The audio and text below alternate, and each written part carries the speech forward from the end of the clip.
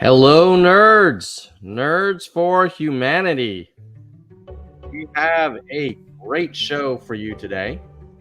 We are first going to give a quick summary of the latest polls, election betting odds, and elected Democrats who are speaking out, asking President Biden to step aside. And we'll look at all three to kind of try and get a sense of, is the dam starting to break, or is Joe Biden going to stay the nominee and just kind of drive this train all the way off the cliff in November? But we'll see if calmer minds prevail and more strategic thinking prevails. But we'll let you look at the data, and then you can come to your own conclusions. And then later in the show, I have a guest. I have James Sceville, who is running for Congress in Minnesota. He's running in a pretty red district as a Democrat. So it'll be interesting to kind of get his thoughts on what he's hearing from his potential constituents and how the whole Biden-Trump thing impacts his race, and also like what he's hearing from people on the ground about the direction of the country in general. So without further ado, let's get into some data. First, we are now up to 19 Democrats in Congress publicly. There's a lot that are privately encouraging Biden to step aside, but these are folks who are doing it publicly. And, it was like maybe, I want to say 10, like a week or so ago. And so it's starting to get up there. What's interesting is that many of these individuals are in competitive swing districts. So as an example, Representative Craig, Representative, who else? Maybe Peterson, Schulten, maybe Sherrill. Yeah, these are all in kind of competitive districts. And that says a lot, because it could be that they're all like Moulton is not in a competitive district, but he still spoke up. So that's a true profile in courage, because it's kind of politically unclear if it's good or bad to publicly come out against Biden at this point.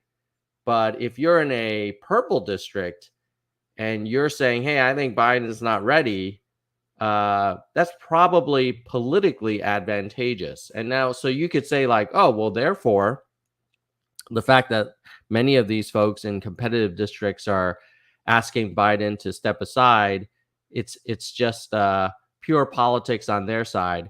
Well, yes and no, because if they think it's going to help them to ask for Biden to step aside in their competitive district, that suggests that Biden would not do well in that district. Because if Biden were killing it and were, on the verge of a landslide victory, why would anyone ask for Biden to step down? So in some ways, these elected officials, they're looking at polls that we don't have visibility into. This is almost like insider trading, right?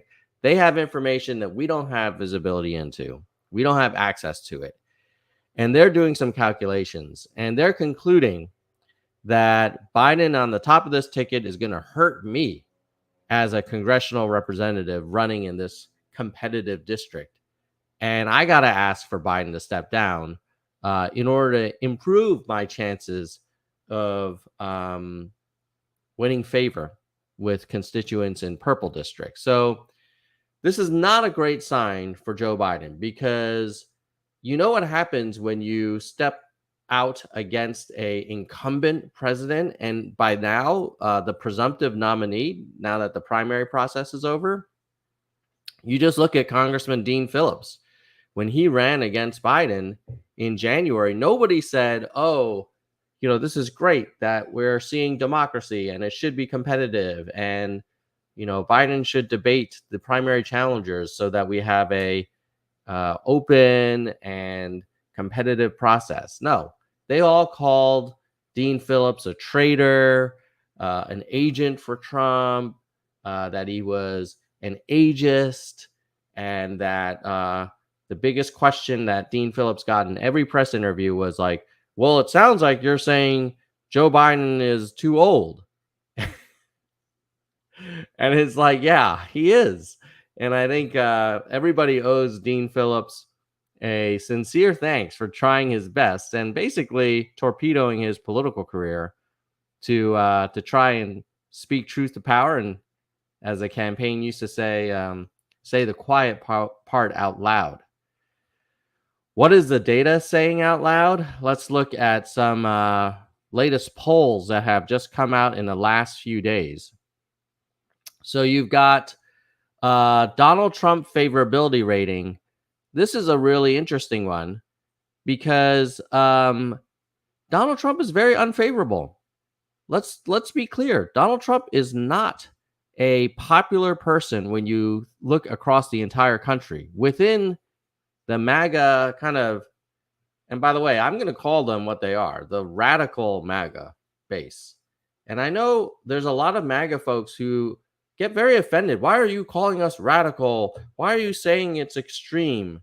It's like, well, bro, look at the top of your ticket. Are you not saying that Donald Trump, you love the fact that he's radical and is extreme? So, and oh, by the way, if you ever listen to Donald Trump talk about the entire Democratic Party as radical leftist, Marxist, socialist, communists, the radical left, right? Have you ever heard Trump talk about that? Well, I think it's fair to then characterize the MAGA base as the radical MAGA or the extreme MAGA. And the reality is that 52% of this country, 52% have an unfavorable view of Donald Trump. Now, why is that relevant for our discussion about Biden? Well, basically, how is it that Joe Biden is losing in almost every major poll to a man who has a 52% unfavorable rating? The only explanation is that there is a significant percentage of undecided voters who have an unfavorable view of Trump and yet are unable to have confidence in Joe Biden's ability to preside over the country for the next 4 years, or they're unhappy with Biden's performance on the economy, border, international affairs, right? Either way, it's not good for Joe Biden. There was a poll that just came out a couple days ago in Virginia showing that Harris versus Trump would be even in Virginia, but Biden would be up by 3 points in Virginia. So Virginia remains a blue-leaning state. If you look at Joe Biden's, so even in, okay, so you could say, hey, look, Tom, Joe Biden's up 3 points in Virginia. So let's look up Virginia 2020 POTUS election results.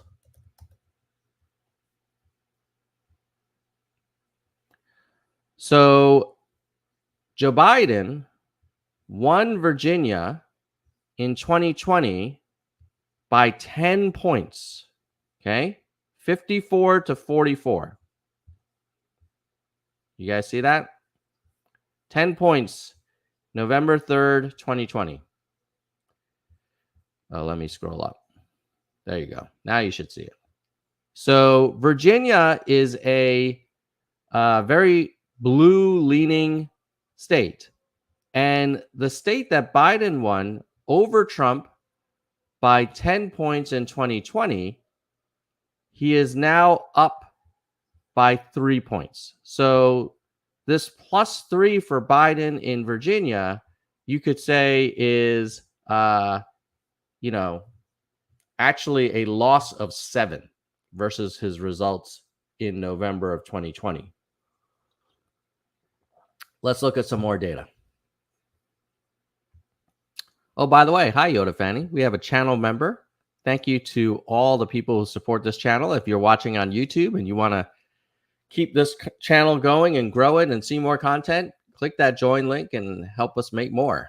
All right. So Joe Biden's approval, he also has a 52% unfavorable rating, a disapproval rating. So more than half of the country disapproves and 45% approve. Now, a lot of people have been saying, you know what, we can't make a change now. It's too late. I guarantee you, if the Democratic Party nominates a sack of potatoes to replace Joe Biden, that nominee starts immediately at 45%. You could argue Harris, she has sometimes some polls show she's slightly less favorable to Biden in some cases, but for the most part, you have a Whitmer, a Shapiro, probably even a Harris. Her baseline is going to be 45%. And then between now and November, that new candidate has an opportunity to win over another 3 or 4 percentage points, and they're likely going to win the election. Because it's not like Donald Trump is going to get some massive landslide result. As a reminder, let's see, POTUS 2020 results.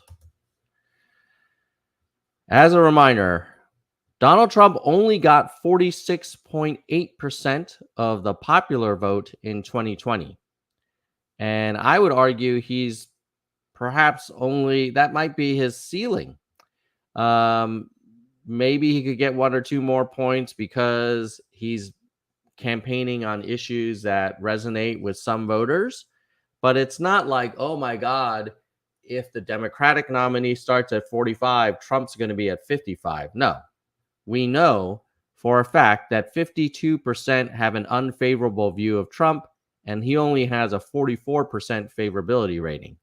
So you kind of start with a even race the moment Joe Biden steps down, in my opinion. Okay, let's look at some more data. Newsom versus Trump nationally, Newsom is +2. Whitmer versus Trump nationally, it's even. Harris versus Trump, +1. Now, what's interesting here is, number one, that all of these potential replacements are virtually even or ahead of Trump, with the exception of Biden, who would lose to Trump, but only by 1. So we could call all of these Marist College polls even. So you could say like, oh, look, Tom, none of the other candidates that you want to replace Biden would do better than Biden would versus Trump. I would argue, no, not true at all. Biden has been spending millions of dollars. He's been sitting as president. Everybody knows who he is. He has a pretty good name recognition, right? And the fact that Gretchen Whitmer is even versus Trump, basically producing the same results as Joe Biden is, despite the fact that she's a governor of a state that many people don't even know about, don't know what she's done, don't know what she did before she was governor. And they're still giving a relatively unknown candidate even odds versus Trump. And in some cases, performing better than Joe Biden would. Like, that's not a good sign for Biden. That's a sign that we should make a change and he should step aside and pass the torch. Okay, Wisconsin. Let's see, Wisconsin. Let's do the 2020 comparison. Wisconsin 2020. So Wisconsin went to Trump versus Biden, 49.45% Oh my God, look at this, guys. 49.45% for Biden, 48.82 for Trump. I mean, pretty much as thin of a margin as you can get, right? And this is during the middle of a poorly handled pandemic, and people were just tired of Trump. And Biden was a lot younger, more than 4 years younger, because the time in the White House kind of is like dog years, right? So he's virtually 10, 15 years younger, Biden. And he barely won it. And so now, if you look at the latest polls for Wisconsin, you have Trump ahead by 1 or 2. In fact, when you throw Kennedy in the mix, Kennedy gets 11% in Wisconsin. And Trump and Biden only get 38 and 36 respectively, but Trump would win the state with his 38%. And then you have 3% and 2% for Stein and Oliver. So there's a lot of potential movement from potential Biden supporters to third parties. And that's not even talking about people just staying home. So that's Wisconsin. Well, what about other polls? A generic ballot. Basically, hey, would you want a Democrat or a Republican in the White House? The Democrats actually win in that scenario. If you remove Joe Biden's name, the generic Democrat beats the Republican +2. Okay, let's see. Joe Biden approval rating from YouGov and Ipsos. There are 18 percentage point gap between approve and disapprove. So only 37% in the Economist YouGov voters approve of Joe Biden and 58% disapprove. There is generally a rule of thumb that if you are not over 45% approval rating, like you do not get reelected. And Homeboy is in some polls at 36%. Okay. Which highlights two things. One, that history would show that Biden will not be reelected. But the second one is that if people are so disapproving of Biden, and let's say it's not just his age, maybe they're not happy about high prices of items or rent or high mortgage rates. They're unable to buy a car, or they're unable to buy a house, or they're concerned about how many border crossings in the U.S. I don't want to use the wrong numbers here.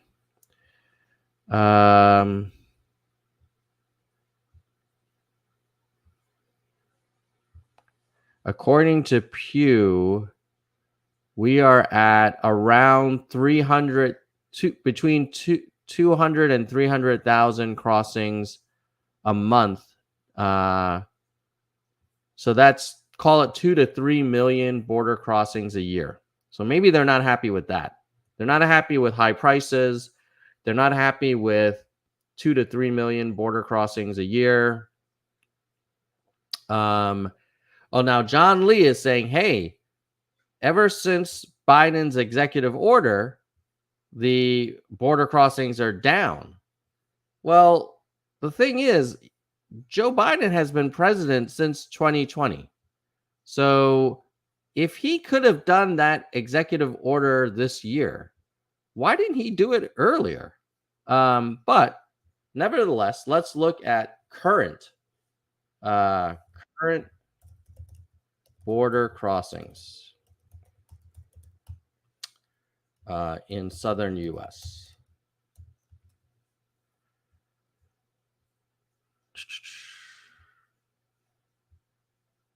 Southwest land encounters. Okay, now this is looking at the U.S. Customs and Border Patrol. And you can see here in 2023, it was 2.4 million, 2.5 million. In 2022, it was 2.4 million. In 2021, it was 1.7. So when the executive order probably should have been made in 2022. Now, if you look at May of 2024, post executive order versus May of 2023, it is down about, looks like about 15% from 2023. If you look at April of 2024 versus April of 2023, yeah, it's about 10, 15% down. So credit to President Biden for doing the executive order to reduce border crossings in the last year of his first term. I don't know. I'm not sure. I mean, I feel like that was the minimum. I feel like he probably should have acted sooner. And people ask, like, well, why didn't he do more? I think he basically overreacted to Trump, and he didn't want to do anything that looked like it was pro-Trump. But then he resulted in having almost 3 million people cross the border every year. And that's just not sustainable. Like, over 10 years, do we have enough capacity for 30 million undocumented border crossings? Like, that's probably going to be a strain on infrastructure, public schools, emergency health care, housing. So now it's a little bit more balanced, but that's not what it was in the first few years. Yes, you're right, John. He did try and get a bipartisan deal, and shame on the Republicans for not accepting it. But as you correctly pointed out, Joe Biden could have done the executive order. It has been very effective. And because it's been effective, you have to ask yourself, why didn't he do it earlier? Maybe you're saying, well, he was using it as a negotiating leverage with the Republicans, I suppose. All right, we're going to have James Sceville come on to the show, who is running for Congress in Minnesota. In 1 second, I'm going to bring him into the live stream. But before we do that, let me do a quick look through of election betting odds.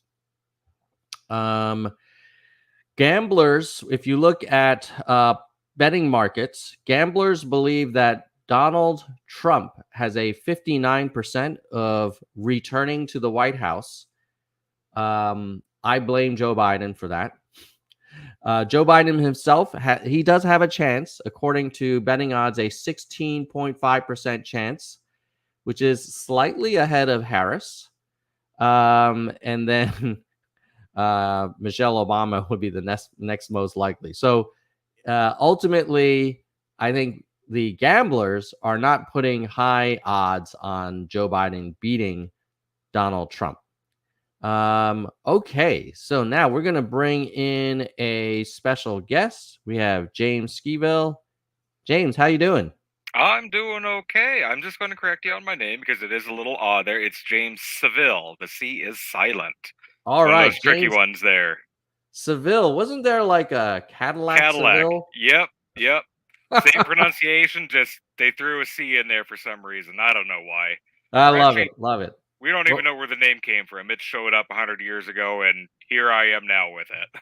well, welcome to the show. Welcome to the Nerd Zone. Tell us a little bit about yourself, James.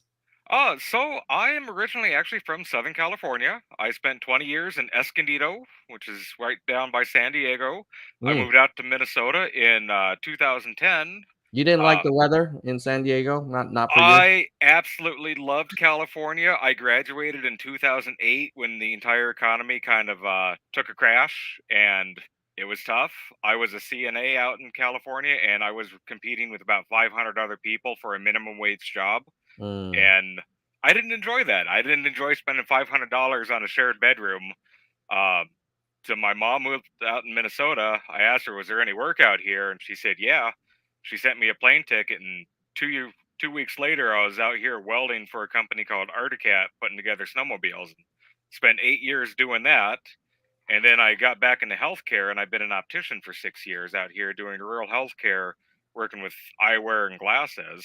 So I actually have quite a few farmers out here looking pretty bougie in some Gucci glasses on their combines. It's kind of fun. So politically, though, I do run with the DFL out here. I am in a very rural area. The DFL, if anyone doesn't know, is Minnesota's version of the Democrats. It's the Democratic Farmer and Laborers. So it's a lot of labor endorsement from the Iron Range, a lot of unions out there for miners. Farmers used to be a big part. It's not as big as it once was. They've kind of trickled over to the Republican side, but it is Minnesota's version of the Democrat Party. That said, I did not start out in politics and getting political as a Democrat. I started in '08 with the Ron Paul Revolution. I don't know if anyone remembers that back Oh in the yeah, '08 days. yeah. Uh, but that's kind of how I got involved in politics. And when that fizzled out, I didn't get involved with Obama or anyone. I got really super involved in local politics. I got involved in city council, and I loved the drama of local politics. When I moved out here, I'm in Thief River Falls, Minnesota. I'm way in the very northwest corner. So I got Canada here and North Dakota here. I'm the very corner. We've had chairs thrown at our city council meetings. Mm. So I love the drama of it. It's What would be hilarious. what would be an example of a city council disagreement that would rise to the occasion of people like raising their voice and pushing chairs around? So for literally over 100 years, this city has wanted to, well, the citizens have wanted to build a city pool, a community pool. Hmm. That has never happened. It has literally been 100 years of this going on. There's been a fund that has had over $40,000 in it at one point, and it has not happened. We're not sure where that money's gone, what's been doing on with it. We've all kind of understood that it's never going to happen, but it gets brought up every year when, like right now, it's over 90 degrees outside. Hmm. People like to cool off. Our river is gross. You don't want to go swimming in that thing. Uh, but yeah, it's come to blows. It gets yelling a lot. There's tension on our city council locally. Why is the river gross? So our river up here is very brown water. It's murky. It's dammed in multiple spots. It's just very Okay. stagnant. It's Okay. not chemically gross at all. It's just you don't want to go swimming in it. It's you get swimmer's itch, which algae blooms and everything. Uh-huh. It's just not the best to go swimming in. Got it. And then what caused you to decide to leave the drama of city council debates like that and go after federal office? So I'm actually running for state. I'm running for state house up here. Hmm. So not Okay, quite so federal. how did you decide to go for statewide office then? So what it came down to was 2 years ago, on the very last day to file, the DFL and the cities called me and literally asked me, "Can you please file so we have somebody on the ballot?" And I said, "If you can't get anyone else to do it, I'll do it." And they couldn't get anyone else to do it. So an hour before filing closed, I took $100, went over to City Hall, I filed, and I told them, it's like, I don't know what I'm doing. I'm probably not going to do too much. And I just memed my way through 2 years ago. I had deal with it as my slogan. I had stickers. I still have stickers with the little deal with it glasses on Minnesota. They're fun. And I just didn't do much. And then I just talked to my wife and I was like, that was actually really fun. What are we going to do if we actually try this year? Hmm. And she said, I don't know. I don't care. Do whatever you want. So I decided, you know what? Let's do it. Let's actually go for it and put in some effort. We live in a very, very red district up here. It is 75-25. It's tough. It's very much MAGA country up here. But there's not been any representation for the DFL. No one's really come up here to see anybody. We've had some good candidates in the past. This used to be a blue territory back in the Blue Dog Dem days, but it's just been neglected for so long. And right now, I just want to go out and show people that we can have some representation. We can have good ideas. We can bring modernity to an area that needs it. We have such amazing manufacturers up here that bring modern jobs. We need to bring modern ideas to this area. Yeah. Well, okay, so let's back up a second. How did you do in the last election when you didn't really put too much effort in? Would So you I did the exact same as everyone else has done for the past 14 years is I got 25% of the vote. Got it. Got it. So without So, doing anything, I did the exact same as everyone else. yeah, which is interesting. It suggests that in any district there is a natural kind of like automatic vote for the respective parties, and then the candidates try and move around the margins. Um, I kind of have that feeling about the national election. Like it's not like if Biden were not at the top of the ticket, the Democratic Party would start from zero. There's probably a bunch of people who are going to vote for the Democratic Party, irrespective of the candidate, and then there's some on the margin. I'm curious, given what's going on nationally right now, and the fact that you're out there talking to prospective voters, what are you hearing about um, the national election? Do you think Biden helps you as a Democrat running down ballot? Well, I'm going to preface this by saying I'm very tired of living in historic times. Yeah. Um, I don't think he hurts what I'm doing. I think Hmm. I actually help him more. You mentioned margins. Everything that I'm doing is to play to margins. I'm well aware of where I'm running. I'm well aware of what party I'm running with. What I'm hoping to accomplish is to raise margins. If I can hit 30%, Hmm. that's a 5% gain. That's better than anyone's done up here in literally 14 years. That's a pretty big swing, all things considered. What I've been doing is going around to towns that have been neglected and talking to people. A couple weeks ago, I went to every single town in my district, and I'm going to preface this by saying I have the second largest district in Minnesota. I have over 5,000 square miles. It's big. It is Mm. a very big district. To kind of put this in perspective, too, you have almost 17,000 followers on your channel. I live Hmm. in Thief River Falls, the largest town in my district. You have over double the amount of followers than I have people in my town. I have just Small over town. 9,000. Yeah, Wow. Yeah. it's small towns around here. So I went to every single little tiny town to talk to people. So many of them have just been felt neglected that just having someone come talk to them, even the incumbent who's been in for 4 years, ignores them because he doesn't need to. I mean, he's got the right letter after his name. So I think just by me going and talking to them, they'll see, hey, someone's coming up here. Okay, sure, he's with the DFL. I might not vote straight down ticket just because of him, but there's a chance that it might raise up down ticket voting by 1 or 2 percentage points. So I don't fully believe that Biden hurts or helps me. I think I might help him out a little bit.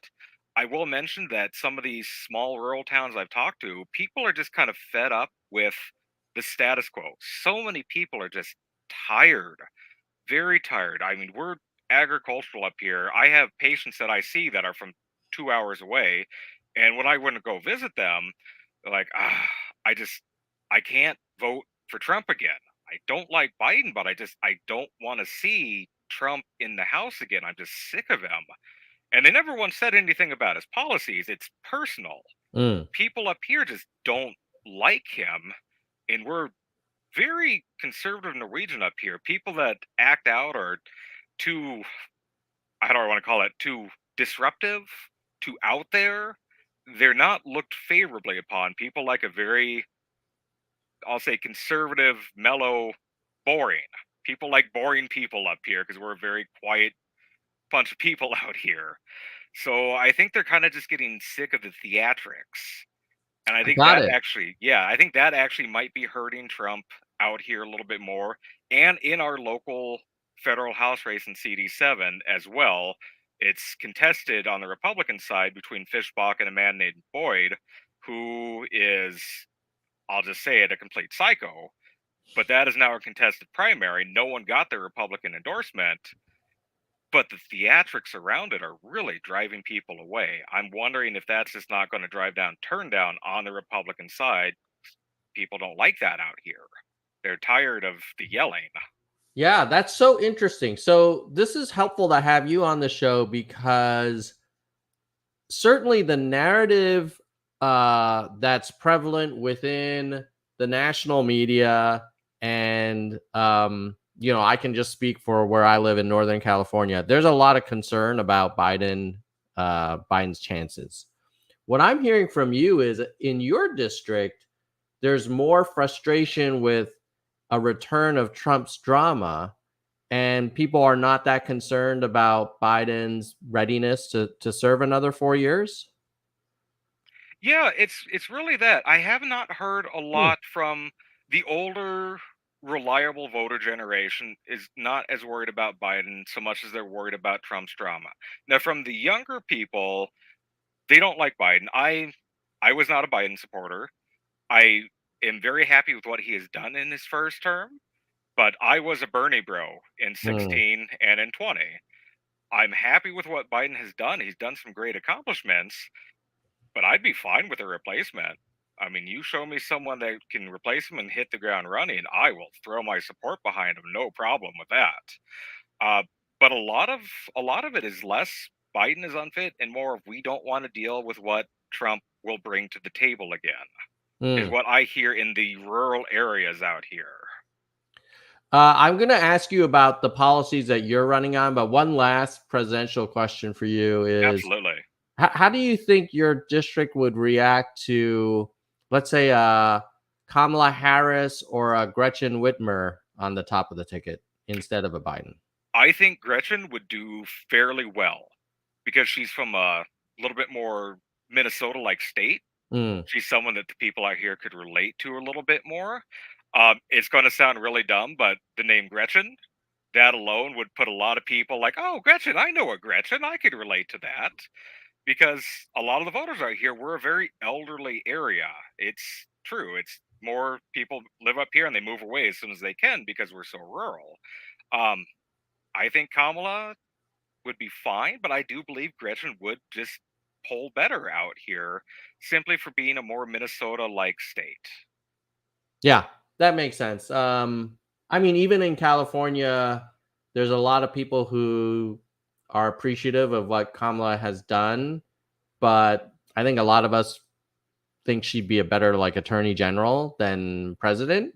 She's such a great prosecutor. Oh, she is. I mean, Yeah, hands down, she's incredibly smart. yeah, There's no yeah. doubt about that in the world. Well, let's talk about what would you do if you won your election? Like, what are you talking to constituents about? What are the values and policies that you'd fight for? So I have two main ones that really affect not only myself but our area up here, and that is rural healthcare access and senior not only healthcare access but program access. We in my district are down to one skilled nursing facility left within an hour. And we Wow. have a lot of seniors. Now we do have like nursing homes and we do have assisted living facilities, but actual skilled nursing, there is now one place left. So if you're at the north end of my district, if you're up in Warroad, if you're up in Kitson County, which is I mean way up in Canada there, you are 2 hours away from where you might have been born, where your family is. You're not in the community that you grew up in. You're not in the community you raised your family in. You want to stay with your family, with your community. You don't want to move away. I don't Hmm. want you to move away. You don't want to lose that sense of connection that you've had. So I really want to try to help out get more funding, get the caddy waivers and everything refunded from Medicaid and Medicare reimbursement to help keep these programs and facilities alive in these rural communities. It's been tough. Even a lot of our actual senior care facilities have been closing and consolidating because they just can't get the funding. They can't get the staff to pay because there's so many other places that pay better. Um, because they're more modern. Like I said, we have a lot of high tech manufacturing up here that takes jobs far away from nursing homes.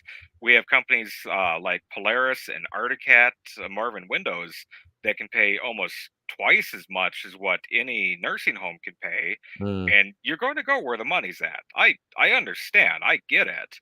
But it hurts. It really hurts to see our seniors have to move away from their communities they've lived in all their lives. Uh, I work in eyewear. I work with eyes. A lot of what I want to talk about is eye related because I don't like talking about things I don't know. But cataract surgery is the most common surgery done in the United States. Almost everyone that has eyes will probably get this at some point or another.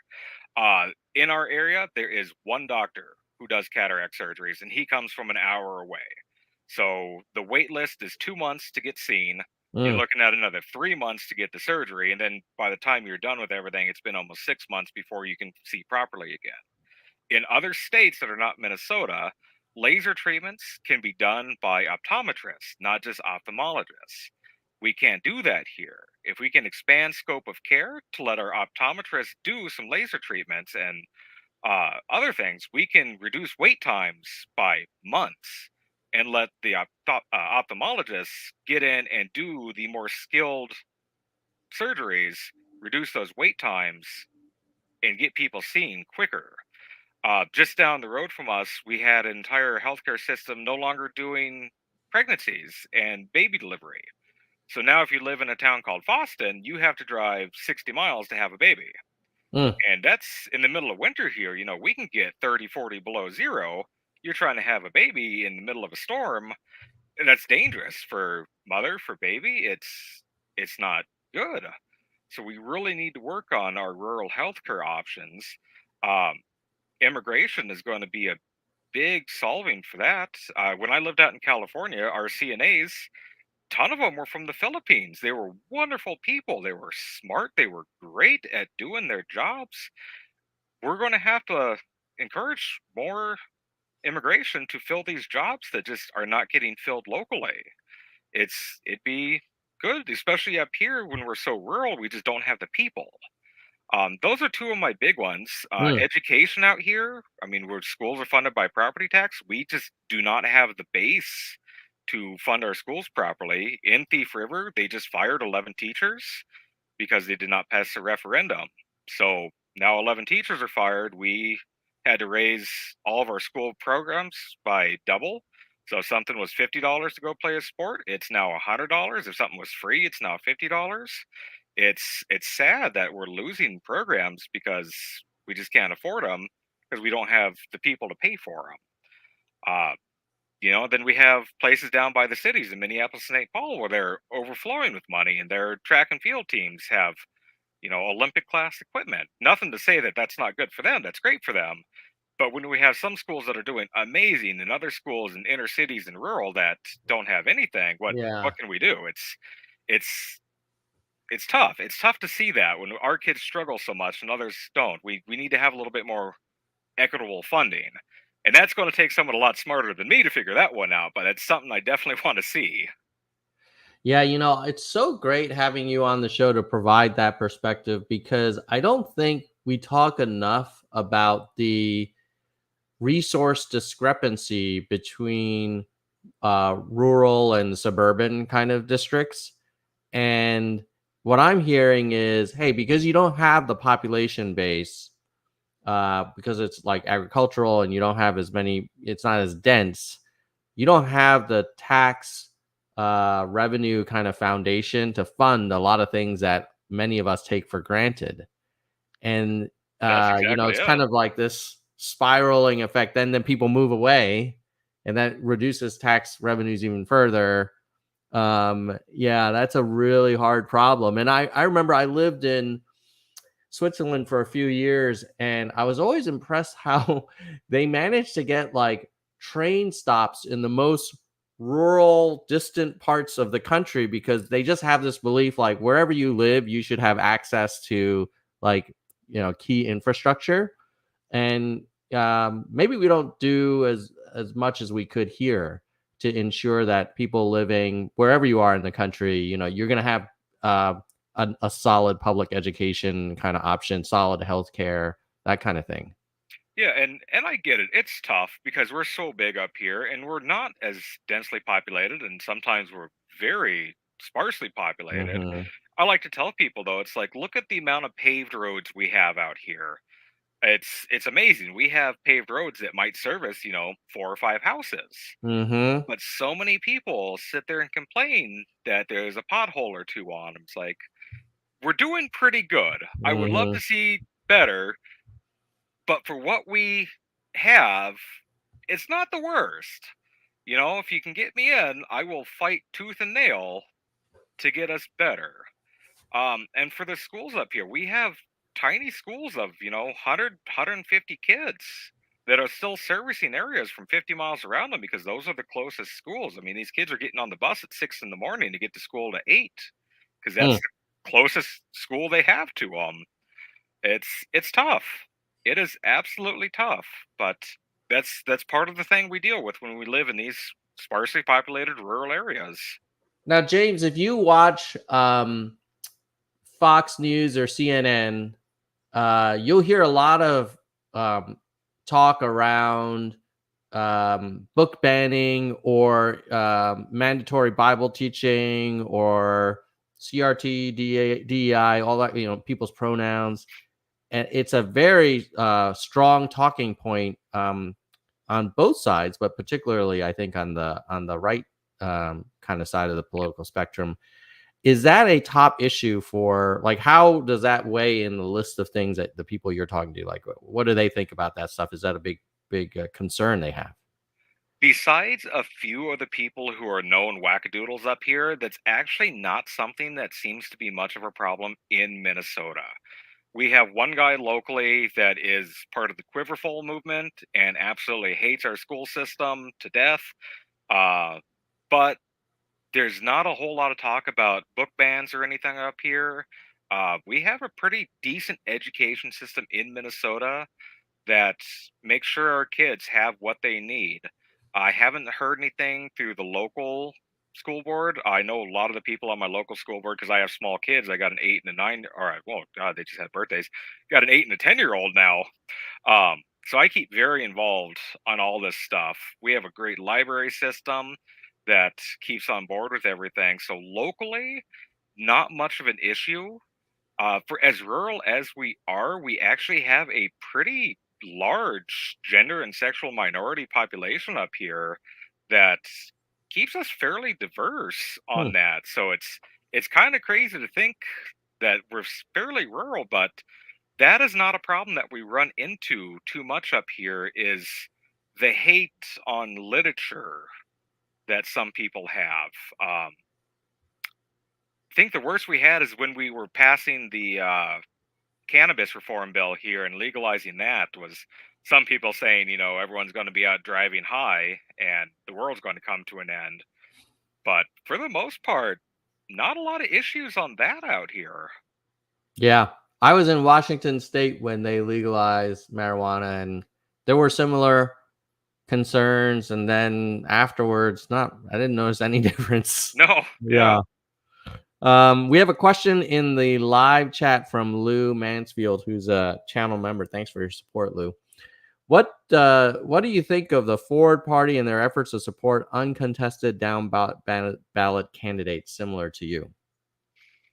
So I'm not sure what the Ford Party is off the top of my head, but I Mm-hmm. am all about supporting uncontested down ballots. So for the first time ever in Minnesota, we have no uncontested Republican candidates in the House. That's first time in, as far as I know, ever. Um, there was a problem with third parties in Minnesota now. You have to meet some requirements that I believe personally are almost unattainable. You Mm. have to get like 10% of a vote or an ungodly amount of signatures to be able to be considered a major party status. That just changed this last session after the Marijuana Now Party threw a lawsuit at the DFL on that. Personally, I'm not a fan of what the DFL did on that. I don't agree with them on everything. It helps me out on a lot of things. I believe that was kind of undemocratic, and I have had some words with a few people in that was not right for them to do to raise those third party candidates to unrealistic standards. Um, I'm a full fan that if you're going to beat a third party candidate, you do it at the ballot box, just like everyone else that you run against. And if a third party candidate has good ideas, let them run. I mean, that's what we're here for. This is America. If you want to run, you run. Yeah, I'm in your camp on I'm pro competition on all things. Yeah. Now, let me try and play the devil's advocate to argue on the behalf of, I guess, the DFL and the Democratic Party when I've seen this happen in other districts. Many would argue, look, James, if you let all these little third parties on the ballot, they're going to siphon away support from us. And then the Republicans will have even a stronger kind of stranglehold on the district. So we're already 75-25. Why would we let, why do you want it to be 75-22-3? That would be I think that's an argument that's been made. And I can answer that because I actually wrote many resolutions on our party platform on cannabis reform and many other things to pass legislation to make those parties irrelevant by passing legislation to no longer needing them, not by writing these parties out legislatively by banning them more or less, but by making their platforms no longer needed because we've done it. Like the Marijuana Now Party's whole thing was, hey, let's legalize marijuana. Well, guess what? We've done that. Either you can reform your party and come up with something else, or you're no longer needed. Because we lost 2 House seats Mm. by less than 3% because of the marijuana. I won't say because of it. I'm not going to blame them, but the vote percentage was about 6% overall that went to the Marijuana Now Party, and we lost 2 House seats because of that to the Republicans.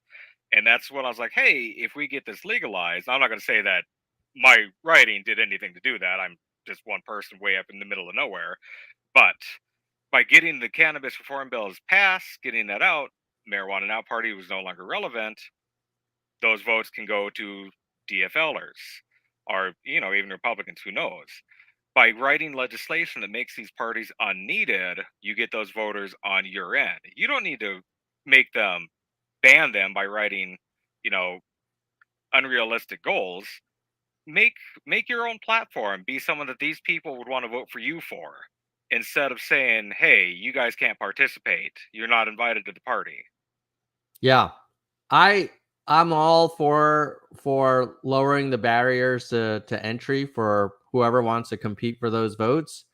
I'm guessing your what what progress do you think can be made to encourage more competition? It feels like the current parties are not really looking for that. You're exactly right on that. The current parties, I love my DFL. I'm a DFLer. I don't know if there's going to be anything that can be done unless we can get a third party that comes up and actually wins and can be a show of force. It's one of those things when you got the two big fish, if there's no actual threat to them, are they going to ever want a threat to them? What do they want to Hmm. do? Do they want competition when you can just bat it away? It's it's one of those things where I can't say if I'm going to be smart enough to come up with an idea on how to bring up competition against my own party. Yeah, I mean, the analogous situation in the private sector is if you had two corporations that owned an industry, it's rare to see either of them say, "Oh, we should make it easier for Yeah. other companies to compete here." It does usually require a organizing force above, like the FTC or whatever, to say, "No, this is not good. I need to either break up these two companies or I need to penalize them for blocking entry for new entrants." Yeah, because we Um, can't just buy out parties. Doesn't work like that. yeah, yeah, exactly. So, you would hope that, you know, um, there would be legislation passed to encourage it, but then you have to have the people that are part of these parties that would be harmed voting for things that will harm their Yeah. source of sometimes organization and support. If we could ever get ranked choice voting nationwide, Mm, that'd probably do a heck of a lot to help people out. yes, I'm a yes, big fan indeed, of that. indeed. Yeah, every time I tell people I'm considering voting for Jill Stein, they're like, "Wow, you're throwing away your vote." It's like, yeah, but if I had ranked choice, like I think they wouldn't have that criticism of me Yeah, anymore. it's Yeah. ranked choice would make a lot of people feel better about not throwing away their vote while still having their voice be heard of, hey, I don't like really any of these guys, but this is the order I don't like anyone the most. Yeah. The saddest thing when people criticize my decision not to vote for Biden or Trump, um, I have to remind them I live in California.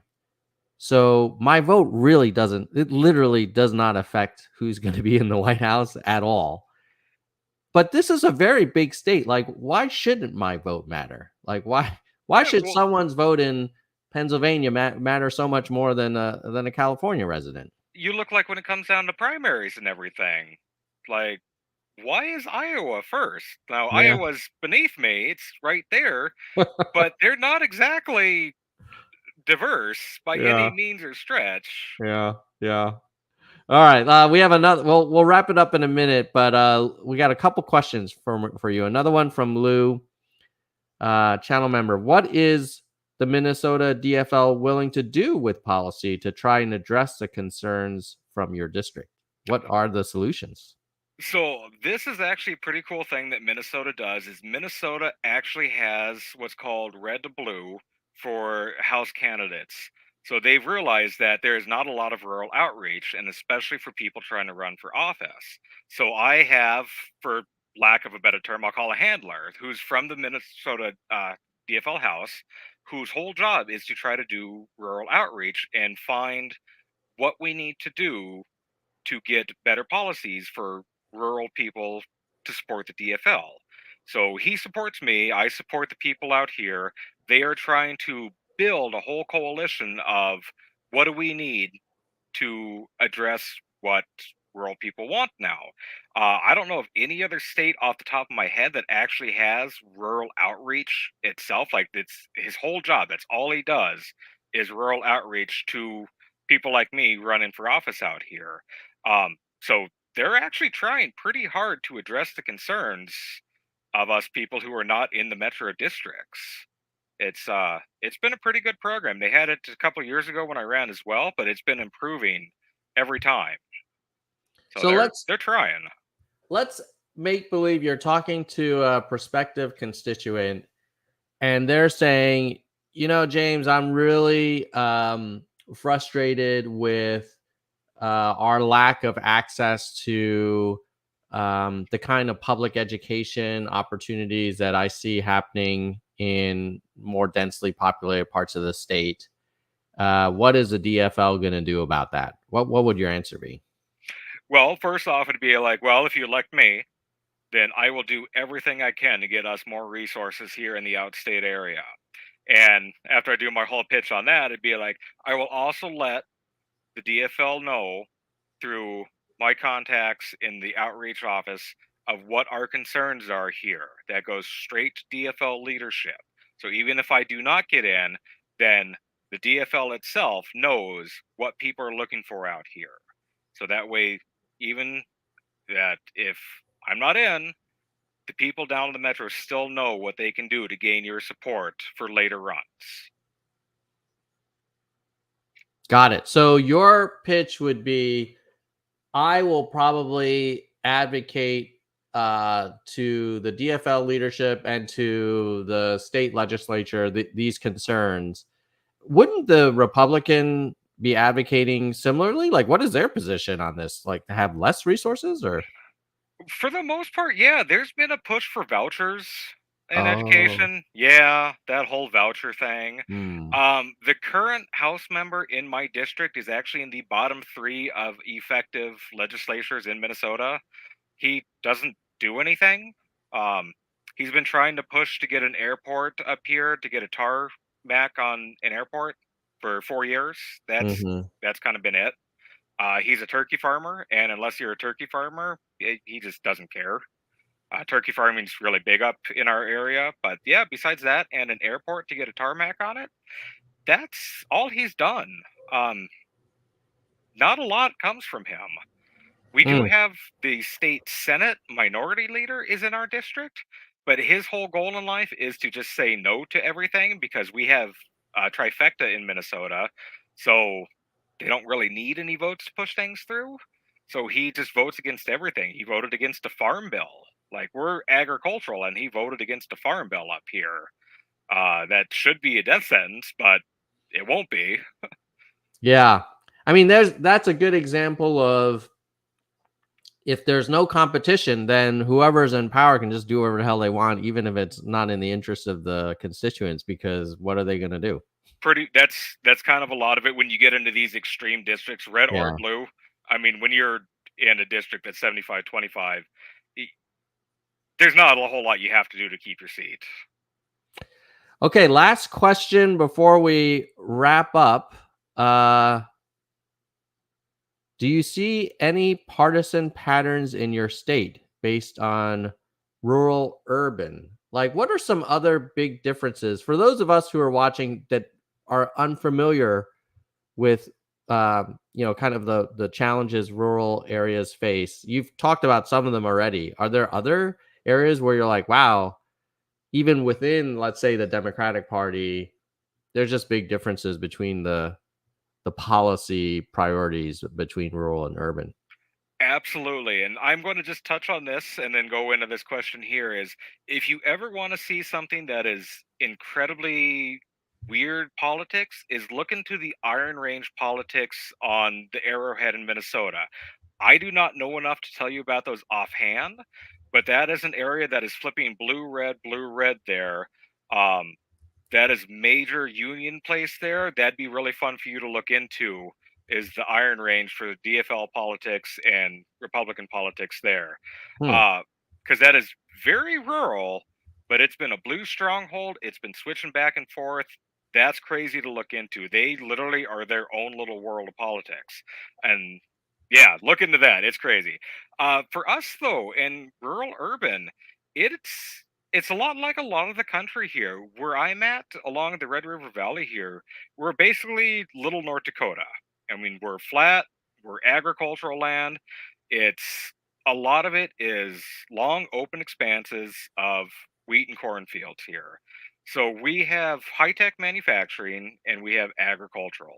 We don't have a lot of urban centers until you literally get down to St. Cloud. So we're sparse. There's not a lot of stuff in here. You hear about food deserts all the time. Even though we grow food up here, that's us. We have Mm. a Walmart here in town, and that's it for a lot of people around. I mean, we have people that have to come in shopping from 50 miles away to go to Walmart, and you get whatever you can get that's boxed or canned because you're not going to be able to get much and get it home otherwise. Um, you go down to the cities, they have diversity in their shops, they have diversity in their people, in what you have access to, in healthcare, everything you can think of, you can get down there. You travel 100 miles outside of the Twin Cities metro area, and there's not a lot. There's not a lot out here. It's I mean, it's farm country. That's it. I love living out here. I mean, I moved from Southern California to rural Minnesota.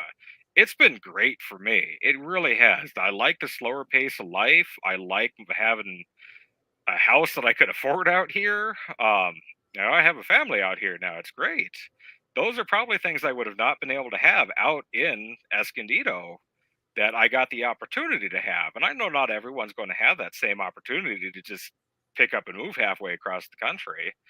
Um, but it's tough and challenges. It's just like anywhere else that has their own unique set of challenges living in the country.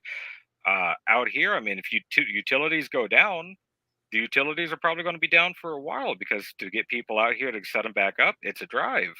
If we want to go out for a night out or something, me and my wife, I mean, to go anywhere good, we're driving an hour away to go over to Grand Forks, the nearest place that has any decent restaurants.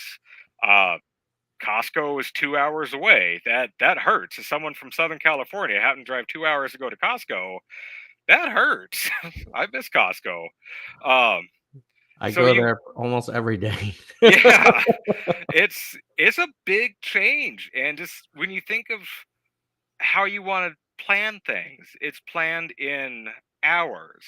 Like right now, my daughter is at her soccer tournament where I'm going after this, and that is 2 hours away. That's the closest place we have Wow. for her soccer games is 2 hours away. Wow. And she's going there for two games and 2 hours down there, 2 hours back. And that's a Saturday for us because there's no other options. So On it's the bright side, I'm guessing the cost of housing should be a little more accessible up there, or no? yes, it the pay is good for places up here, for Mm-hmm. especially for cost of living. Like my house here, when my wife bought it, she my wife came with a house. It was pretty nice, but she bought it for $60,000. For the whole house. The whole house, $60,000. 3 bedrooms, basement, one and first floor. It's great. It's a nice house. Like we Yeah. need to work on it and everything, but that's any house these days. Yeah. There's a house that just went up for sale down the road. Now this has been 20 years she's had this house here, but down the road, $150,000, just remodeled, 3 bedrooms, basement.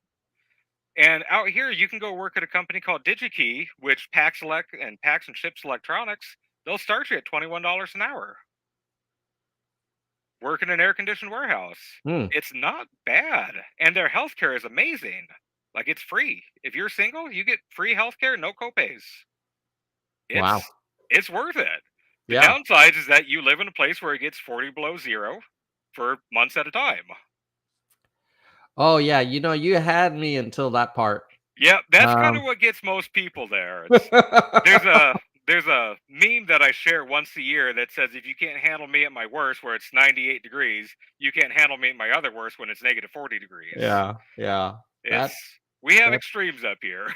Well, James, I so appreciate you for coming on to the show and sharing a perspective that I think a lot of people will find beneficial. It's always good to have different points of view, different backgrounds, different kind of environments represented in Nerds for Humanity. So thank you for coming on. And maybe my last question is, how can people learn more about your campaign or maybe help you out a little bit? Well, thank you for having me on there. You can find me. I have a website. I will say it's not the best because I'm doing this all myself, and I'm not a web designer. But you can find me at www.seville4mn.com. You can also look me up on Facebook at Seville4MN1A. And then I also have an Act Blue. If you just look me up for James Seville on Act Blue, you can donate on there. And just a cool little thing about Minnesota, if you are a Minnesota resident, we have the public subsidy. And if you donate up to $75 as a Minnesota resident, I can send you a receipt and you can actually get refunded your $75. It's a really cool thing that Minnesota does. Oh, that's great. That's like It's almost almost, like Andrew Yang had this idea around democracy dollars where everybody would get like a couple $100 and they could donate it to whatever candidate they yeah, wanted. I mean, the Yang Gang, he had some good ideas on there. I actually had a lot of people that I know personally supported him for quite a while on his run. I mean, I hope he comes back and does some more stuff. He was a pretty cool dude. Yeah. He I think 10, 15 years from now we'll look back and be like, wow, a lot of those ideas that he was advocating like kind of made sense. Well, I mean, we're either going to have to get UBI or we're all going to die. I won't even say on that. It's that or world's coming to an end one way or another. The way things are going.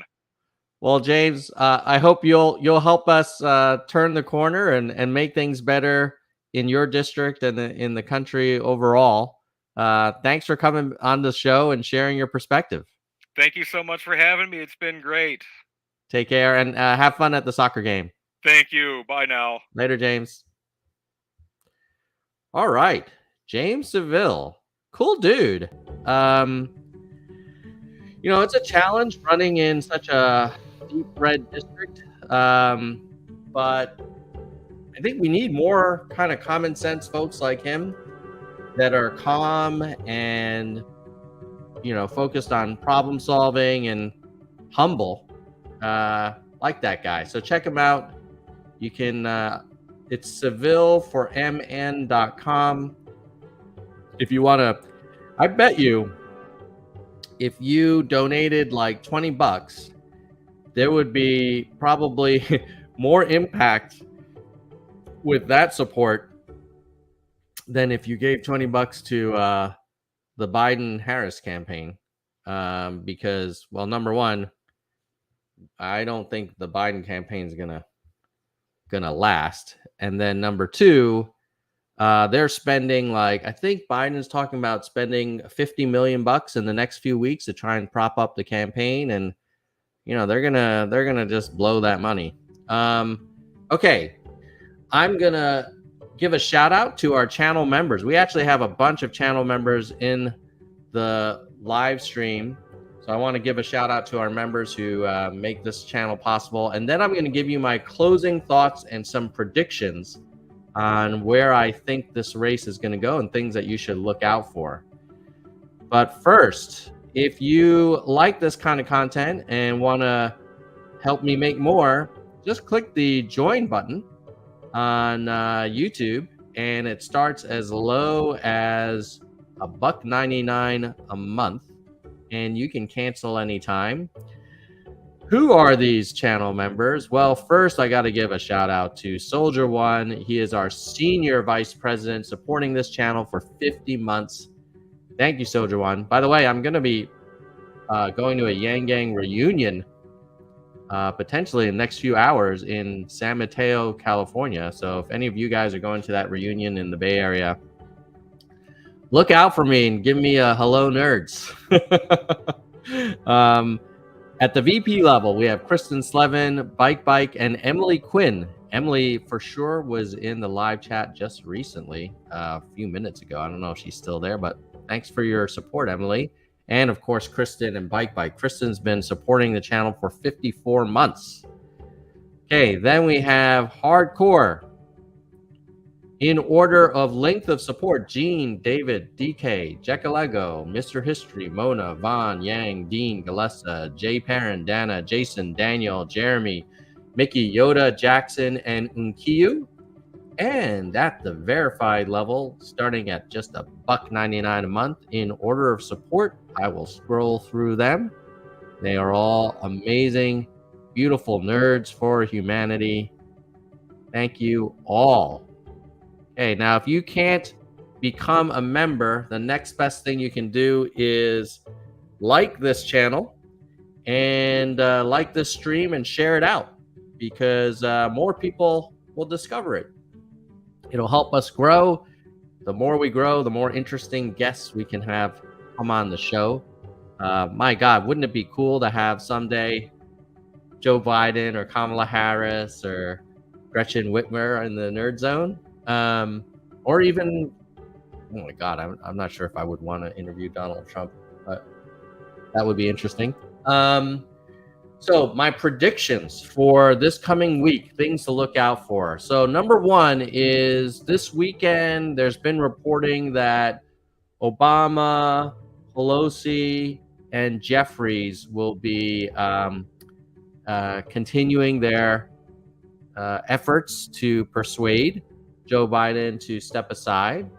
What you could do is something I did yesterday. I left voicemails for my congressman and both of my U.S. senators, letting them know that I really insist that they ask for Biden to step down.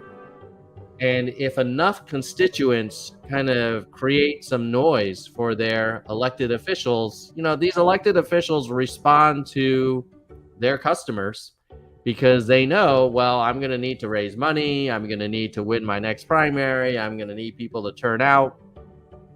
So if they get an avalanche of calls and emails from their constituents, they'll bring that to the attention of Chuck Schumer and Hakeem Jeffries and their kind of party meetings and say, hey, look, you know, this is not just a 90-minute blip. We have a major kind of gathering storm here. And the biggest motivator for the Democratic Party would be losing. As much as they love Joe Biden, they definitely don't want to lose. And not only lose the White House, but also maybe lose the Senate. So things to look out for in the coming week is the list of 19 elected Democrats going to increase to maybe, if we get to, I would say if we get to 50, it's an issue. If we get to 100, it's done. I can't see any way where a presumptive nominee would stay on the top of the ticket when 100 members of Congress or Senate or elected Democratic Party leaders publicly ask for him to resign from the re-election campaign. So look out for, are there going to be more people saying that he should step aside? The second thing to look out for is President Biden is going to sit down for an interview that his campaign has agreed will be at least 15 minutes, which is a very long interview for Joe Biden. And he's going to do that with Lester Holt for NBC News on Monday. So look out for that. Maybe it wouldn't it be amazing if it were an announcement that he's stepping aside? But more likely, it will be him trying to convince people that he's ready to serve another 4 years. I don't know if he'll be able to do that, but that's what he's going to try. So that's the second thing to look out for. And then the third thing to look out for is discussion on who should replace Biden. So if the gathering calls for him to step aside grow, is it a fait accompli that Kamala Harris would take his place?